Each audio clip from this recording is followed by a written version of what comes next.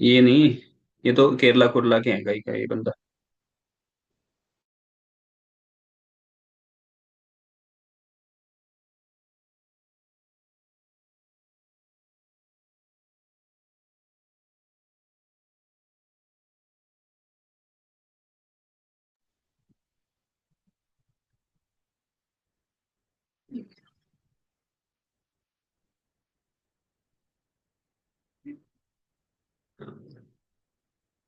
Hello Manjesh जी, आवाज आ रही है मेरी?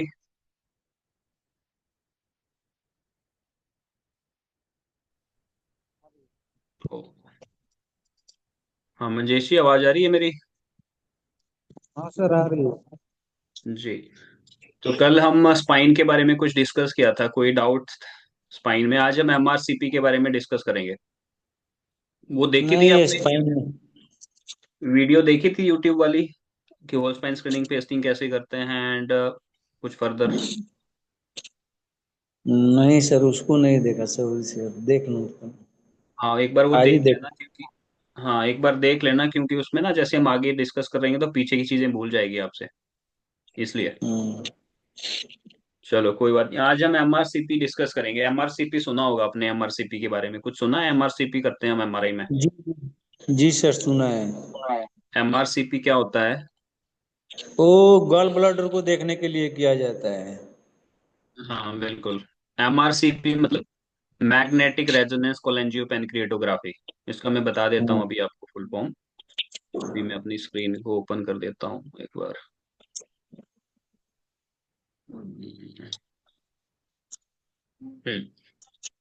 स्क्रीन तो शेयर नजर आ रही होगी आपको, ठीक है? हम्म। देखो, M R C P M बोलते हैं। एम आर तो आपको पता होगा, मैग्नेटिक रेजोनेंस। सी से होता है कोलेंजियो पेन, सी से होता है कोलेंजियो। कोलेंजियो बोलते हैं गॉल ब्लैडर को।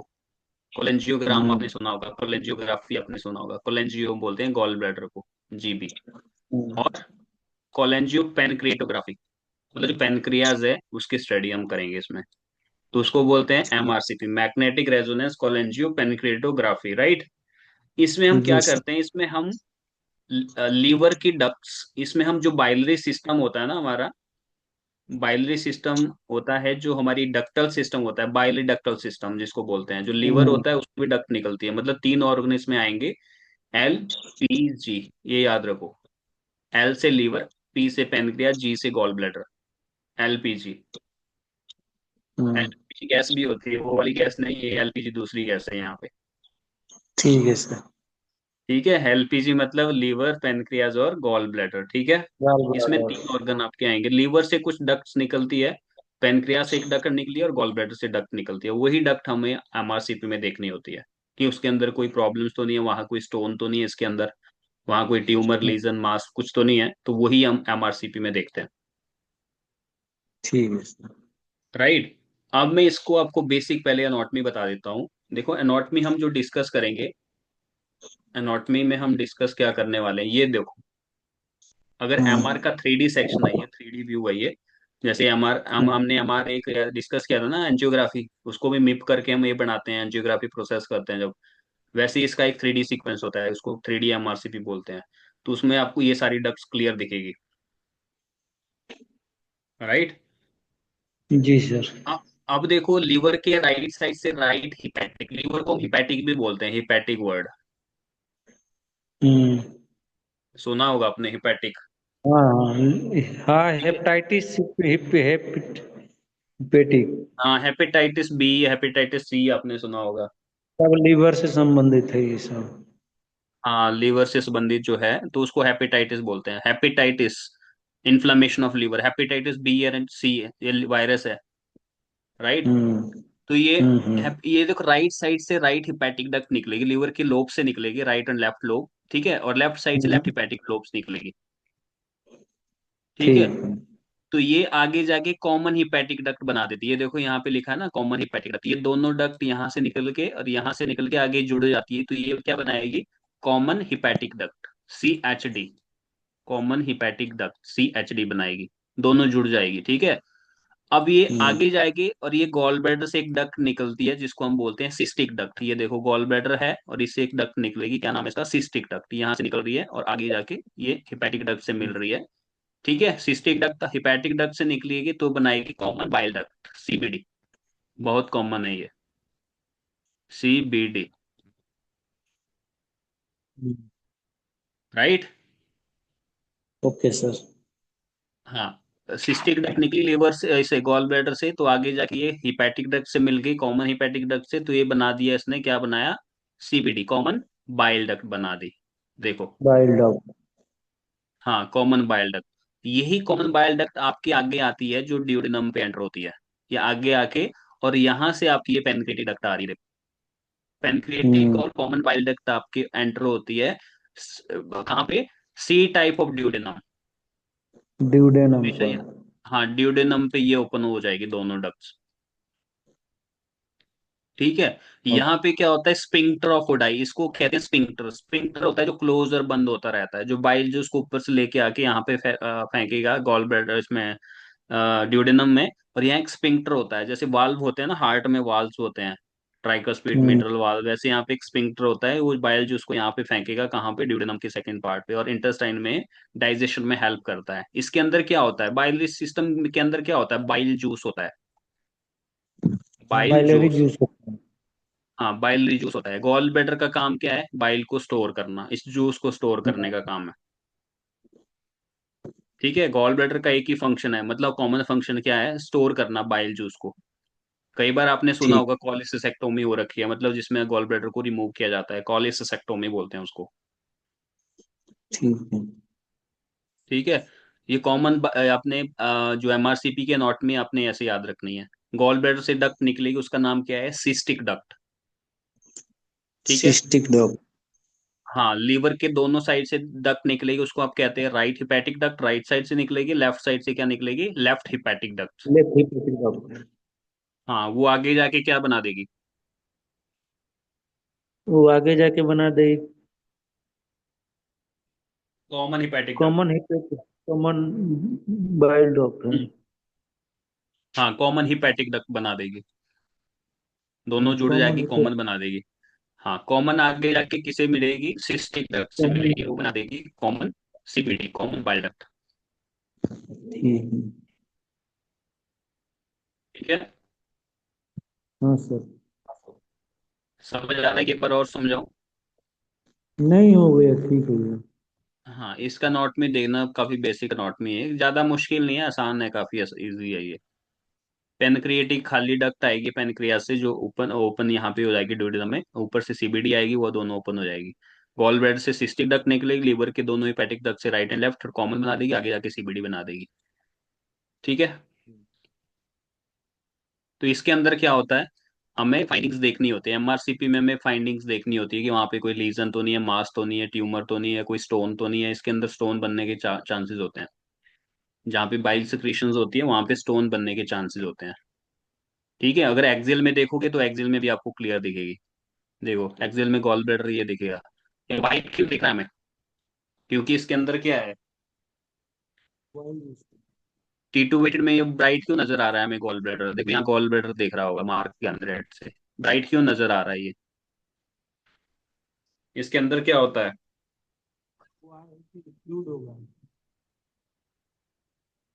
आवाज नहीं आ रही है, थोड़ा सा लाउडली।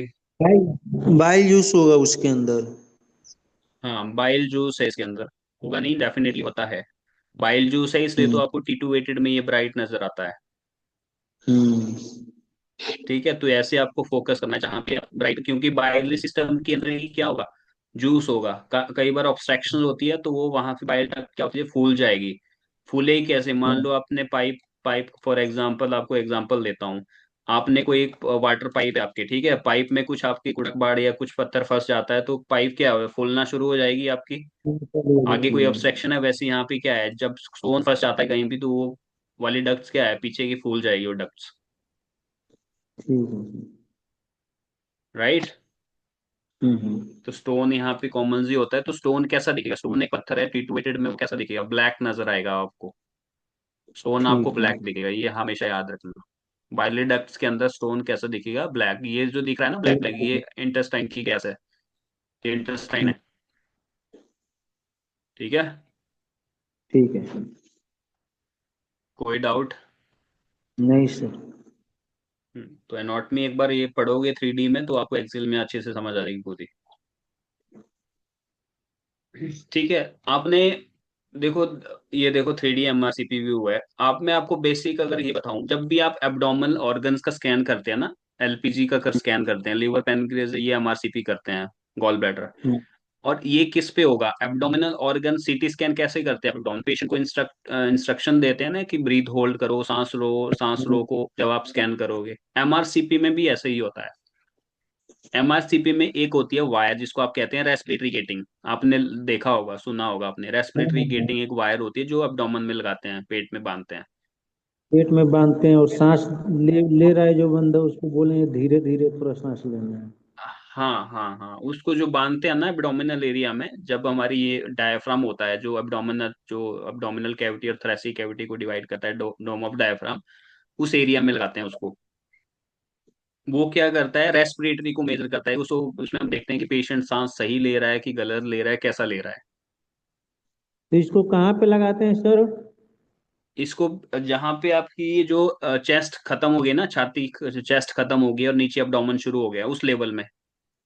अच्छा अच्छा, ठीक है सर। डायफ्राम, डायफ्राम आपने देखा होगा, जहां पे आपकी छाती, चेस्ट खत्म हो गई है, फ्लोटिंग रिब्स, रिब्स फील हो जाती है ना चेस्ट में, हमें साइड में लास्ट हम्म। की रिब्स, फ्लोटिंग रिब्स होती है, उस एरिया से लगाना है, बांधना है उसको आपको। ठीक है। बताऊंगा वो, अभी मेरे पास पिक्चर नहीं है, कल आपको दिखाऊंगा। रेस्पिरेटरी गेटिंग, ब्लैक सी वायर होती है रेस्पिरेटरी गेटिंग, उसको बोलते हैं रेस्पिरेटरी गेटिंग या respiratory triggering, RTR, respiratory triggering या रेस्पिरेटरी गेटिंग। ठीक है। ठीक है। हम्म। हम्म। अब देखो, जब भी आप रेस्पिरेटरी गेटिंग का स्कैन करते हैं तो वो आपका क्या होगा, ब्रीथ होल्ड पे वो स्कैन होगा। कई ब्रीथ होल्ड पे होगा और एक ब्रीथ होल्ड पे होगा। हम पेशेंट को सांस रोकने के लिए बोलना पड़ता है कि आप एक लंबा सांस लो, फिर सांस रोक के रखो, और इन बिटवीन आपका स्कैन आएगा। हम्म। ठीक है। हम्म। अब देखो इसका ग्राफ ना कुछ ऐसा आता है, इस तरह से आता है उसका ग्राफ ऐसे।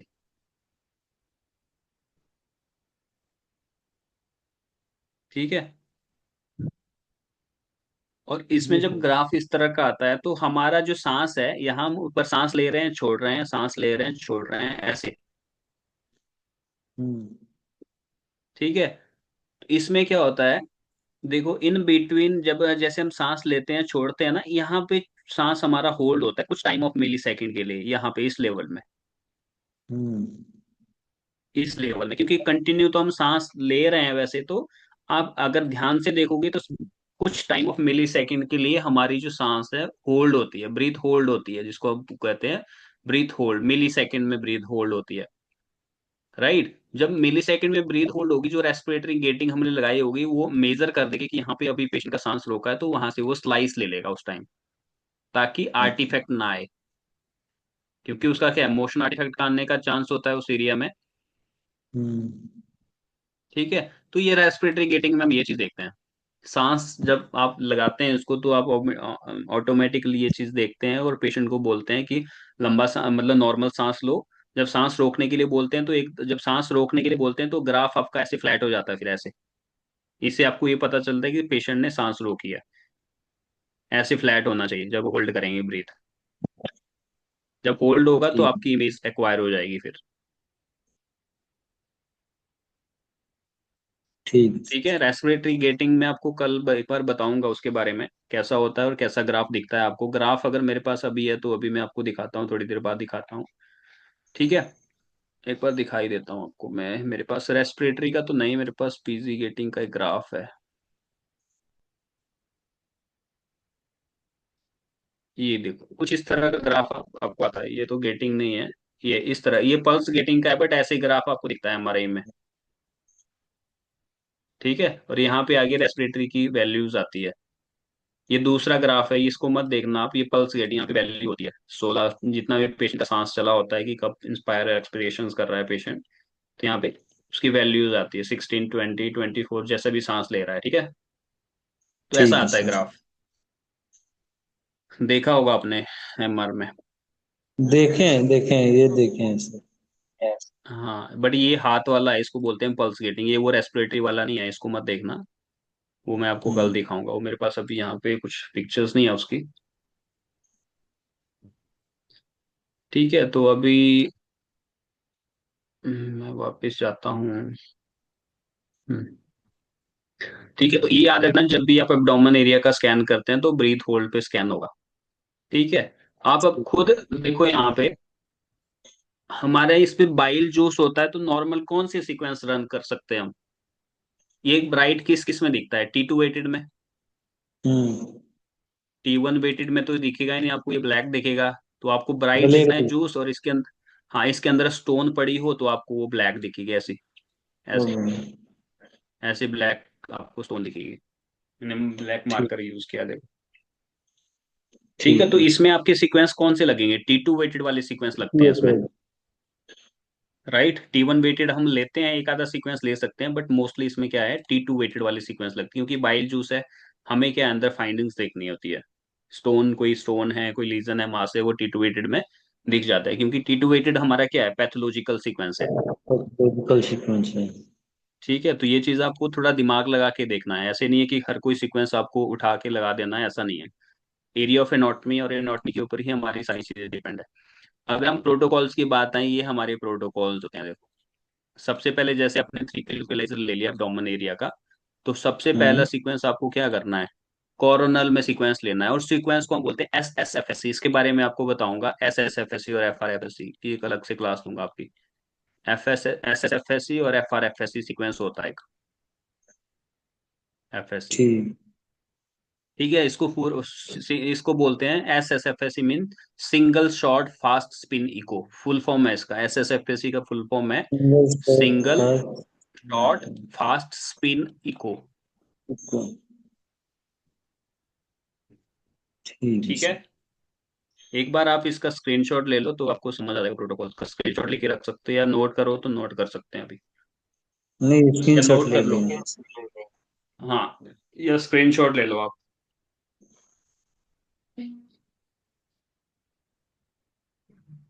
ठीक है, इतना। इसमें हम्म। देखो, आपको पहला सीक्वेंस लेना है कॉर्नल में, T2 SSFSC। फिर आपको कॉर्नल जैसे आएगा तो आपको क्या लेना है, एक्सियल में लेना है sequence, axial T2 fat set. ये फैट सेट पे लेना है, जिसमें बॉडी फैट हम्म। स्प्रेस हो जाएगा, और RTR मतलब रेस्पिरेटरी गेटिंग में स्कैन लेना है आपको। और फिर आपको नॉर्मल T2 वेटेड सीक्वेंस लेना है, इसमें आपको फैट सेट नहीं करना है। FSC fast spin echo sequence लेना है, T2 बेस्ड, तीसरा सीक्वेंस। ठीक है। और ठीक। एक दूसरा आप कॉर्नल में फैट सेट ले लो, देखो फैट सेट है ना, FS मतलब फैट सेट, FSC मतलब फास्ट स्पिन इको, FS खाली जहां होगा इसका मतलब fast fat set, fat suppression. Hmm. ये राइट। आरटीआर क्या है सर? आरटीआर। RTR वो है रेस्पिरेटरी गेटिंग, जो गेटिंग लगाते हैं ना, हम इसको छोड़ दो। ये रेस्पिरेटरी गेटिंग ऐसे लिखा होता है सीक्वेंस में, यहाँ पे एडिट कर सकते हैं, कोई दिक्कत नहीं। RTR मतलब रेस्पिरेटरी गेटिंग में लगाना है आपको। MRCP जब अच्छा। करोगे वो गेटिंग लगानी है आपको एब्डोमेन में, जब आप पोजीशन हम्म। करोगे, कॉइल लगाओगे। ठीक है। ठीक। ठीक है। फिफ्थ आपको लेना है फिस्टा सीक्वेंस, कॉर्नल में ही लेना है फिस्टा। आपने ब्रेन फिस्टा देखा था ना, ब्रेन फिस्टा में क्या है, एबिलिटी टू वेटेड होता है, उसमें सिर्फ फ्लूइड ही नजर आता है हमें, बाकी सारी चीजें हाइपो दिखेगी। ब्रेन में देखा था ना हमने, क्रेनियल नर्व पढ़ने के लिए, पर जो हमने देखा था क्रेनियल नर्व के लिए, ठीक है। हाँ हाँ। फिस्टा तो वैसा थ्री डी फिस्टा है, सीक्वेंस। वही हाँ फिस्टा 3D, वही सीक्वेंस है ये फिस्टा। इसमें आपको पेशेंट को ब्रीथ होल्ड करने के लिए, ब्रीथ होल्ड, BH मतलब ब्रीथ होल्ड में लेना है पेशेंट को। आप जब सीक्वेंस रन करोगे, पेशेंट को बोलो लंबा सांस लो, रोक के रखो और हम्म। सीक्वेंस स्टार्ट कर दो। जब सीक्वेंस आ जाएगा 16-17 सेकंड में, तो पेशेंट को बोलो सांस छोड़ दीजिए। हम्म। ठीक है। अब ठीक है। सिक्स सीक्वेंस है 3D MRCP, जो आप अपनी 3D सीक्वेंस देखा था ना, जिसमें मैंने ऑनोटी बताई थी आपको, ये वो सीक्वेंस है 3D MRCP, सबसे इंपॉर्टेंट सीक्वेंस, जिसमें आपको 3D दिखेगा सीक्वेंस, गॉल ब्लैडर, पैनक्रियाज, उसकी डक्ट, सारी डक्ट्स आपको 3D MRCP में, रिफॉर्मेट जैसे थ्री। करोगे, मिप जैसे करोगे तो आपको दिख जाएगी इसमें। Okay sir. ये 3D सीक्वेंस होता है। ठीक है। उसके बाद आपको क्या करना है, एक 2D थिक स्लैब होता है आपका। अगर आपके पास कई बार 3D सीक्वेंस नहीं होता है, डॉक्टर बोलते हैं 2D thick slab sequence run करो। ये 2D होता है और ये ऊपर वाला 3D होता है। तो ये रेडी इन वर्जन। दोनों में से एक मतलब 3D अगर है आपके पास तो 3D ले लो। कई बार डॉक्टर बोलते हैं 2D थिक स्लैब ले लो। तो थिक स्लैब ये 2D होता है, इसमें सिर्फ 2D में लेना होता है, ये ब्रीथ होल्ड में चलाना होता है ये सीक्वेंस सारे। पेशेंट को लंबा सांस ठीक। लेके रोकना है बार बार, जितने मिनट का सीक्वेंस है उतने टाइम आपको सांस रोकना पड़ेगा पेशेंट का। हम्म। ठीक है।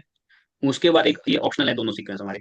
ऑप्शनल में क्या है, अगर कहीं मास लीजन नजर आ रहा है आपको, मास वगैरह नजर आ रहा है तो एक्सियल डिफ्यूजन ले लो। एक्सियल में डिफ्यूजन लेना है। ठीक है। ठीक है। अगर कोई और कोई मास लेना है एक्सियल डिफ्यूजन, और T1 लावा ले लो। ये T1 वेटेड सीक्वेंस है, ये भी 3D सीक्वेंस है। लावा बोलते हैं उसको, LAVA LAVA sequence. 3D T1 weighted sequence होता है ये।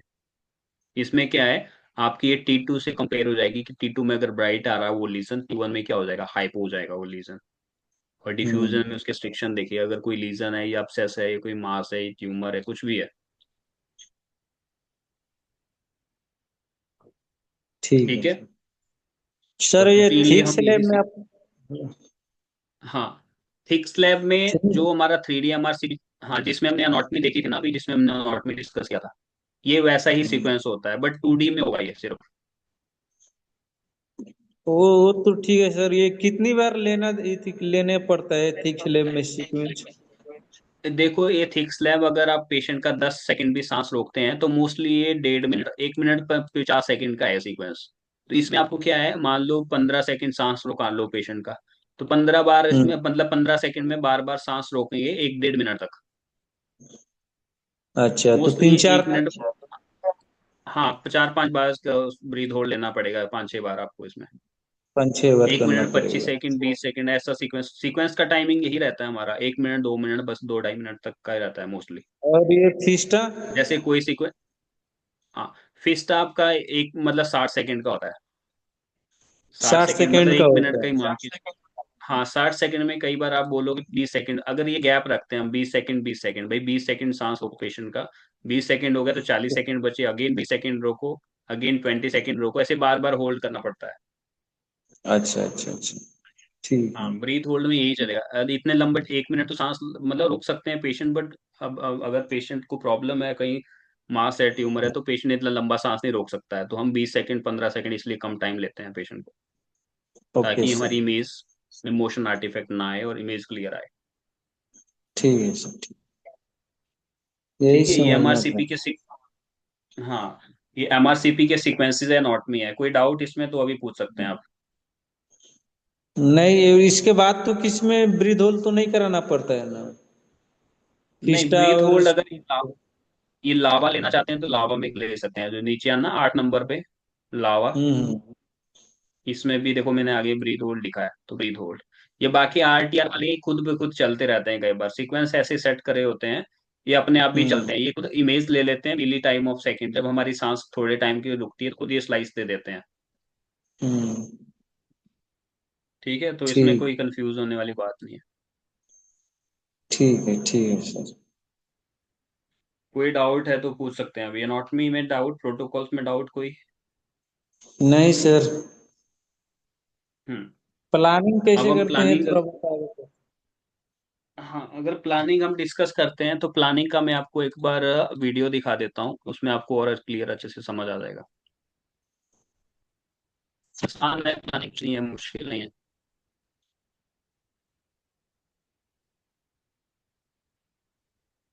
आप एक बार यूट्यूब वीडियोस फाइल से जाके देखना, कि कैसे ना आपका सिलेबस मतलब चीजें जुड़ जाएगी तो आप आ जाएगा। ये देखो है ना हमारे के उसमें मैंने अलग से डाली है वीडियो।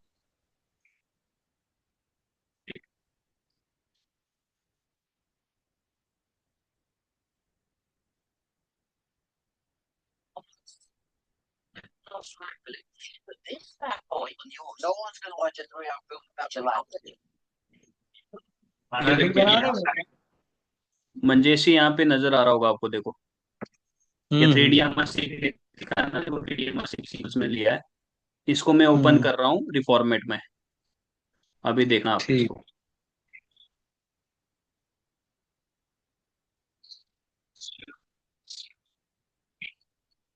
ये देखो, ये देखो, दिख रहा है सिस्टम। हाँ दिख रहा है। हाँ, ये सारा देखो वायरलेस सिस्टम आएगा अभी यहाँ पे। और इसमें कोई फाइंडिंग है, आप देख सकते हैं, पकड़ सकते हैं फाइंडिंग क्या दिख रहा है आपको इसमें, दिख रहा है बहुत बड़ा कुछ से देखो।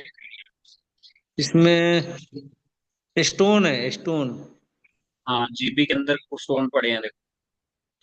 हम्म। ये आप ये देखो, जीबी की हाँ स्टोन वही दिख रही है ना क्लियर। ये देखो यहाँ पे स्टोन दिख पड़ी रहा है। हाँ, तो ऐसे आपको क्लियर करनी है फाइंडिंग्स अपनी, ऐसे करोगे तो देखोगे तो आपको तभी समझ आएगा। ठीक है, आगे फॉर्म सीधी बनाऊंगा तो उसमें ये देखो, ये आपका 3D बन गया देखो। 3D में नॉट नहीं है, छोटी छोटी बाइल रेडिकल्स आ रहे हैं लीवर से, यहाँ से लेफ्ट साइड से आ रहे हैं, यहाँ क्या बना दिया इसने, CHD बना दिया, कॉमन हिपैटिक डक्ट बना दी। और ये गॉल ब्लैडर है, गॉल ब्लैडर से ये छोटी डक्ट निकल रही है सिस्टिक डक्ट, ये आगे जाके CPD बना दी है, यहाँ पे इसको बोलते हैं CPD। ठीक है, आगे ड्यूडेनम में ओपन होगी, यहाँ से कौन सी डक्ट आ रही है, PD पेनक्रिटिक डक्ट। और ये आगे स्फिंक्टर ऑफ ओडाई ओपन हो रही है, ड्यूडेनम जिसको आप कहते हैं स्फिंक्टर ऑफ ओडाई या स्फिंक्टर ऑफ ओडाई, और एक वर्ड और है कुछ मेरे को याद नहीं आ रहा है अभी। तो ऐसे आपको देखना है इसको। ठीक है सर। क्लियर। ठीक है सर। ये आपका सारा इसमें इसमें वीडियो देखो तो क्लियर रहेगा, डेली बेसिस में देखो तो आपका एकदम सारे कंसेप्ट क्लियर हो जाएंगे। देख लेता हूँ इसको। ठीक है, एक प्लानिंग भी डाला है इसमें, एक बार आप खुद से देखोगे कोई डाउट है प्लानिंग में तो फिर आप मुझसे पूछ सकते हैं कल। ठीक है MRCP सर। प्लानिंग। इसमें अपर एब्डोमेन का किया जाता है ना सर? हाँ, अपर एब्डोमेन करना है इसमें, मतलब और MRCP ऊपर ही अपर एब्डोमेन में ही होता है। प्री अपर एब्डोमेन में होगा? हाँ हाँ, अपर एब्डोमेन। और दूसरी बात कि सर इसका क्वाइल क्या रहेगा, क्वाइल? कॉयल, जो बॉडी कॉयल होती है हमारी, जो हम्म। एब्डोमेन में कॉयल लगाते हैं, बॉडी कॉयल। बॉडी क्वाइल रहेगा फुल?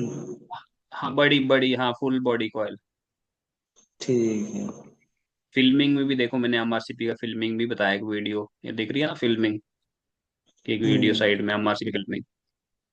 अगर दिख टाइम है रहा आपके है। पास कभी तो टाइम निकाल के ये चीजें देखो। इसमें मैंने ना MRCP का भी डाला है, अभी मेरे को वो वीडियोस का हम दिख नहीं रही है यहाँ पे। प्लानिंग का ये देखो, प्लानिंग यहाँ पे है देखो, ये प्लानिंग की वीडियो है MRCP, देखा राइट साइड में। ठीक।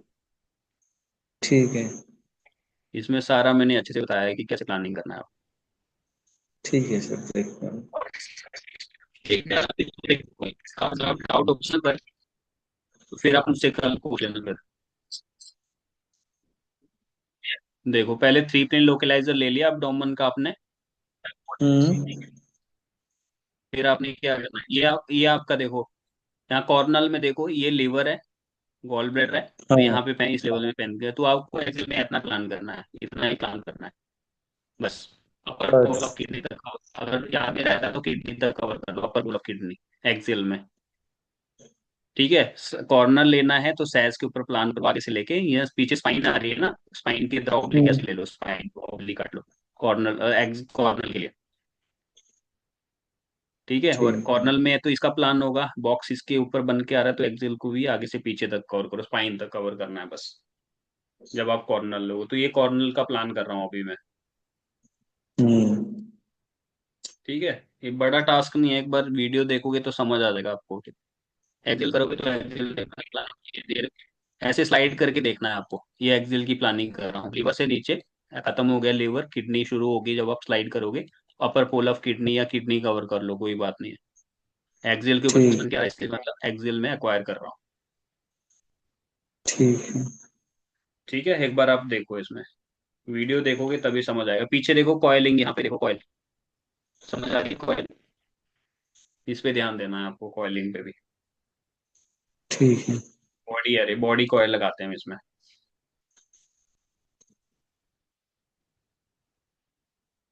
ठीक है, मैं आपको एक कॉर्नर का कॉर्नर ठीक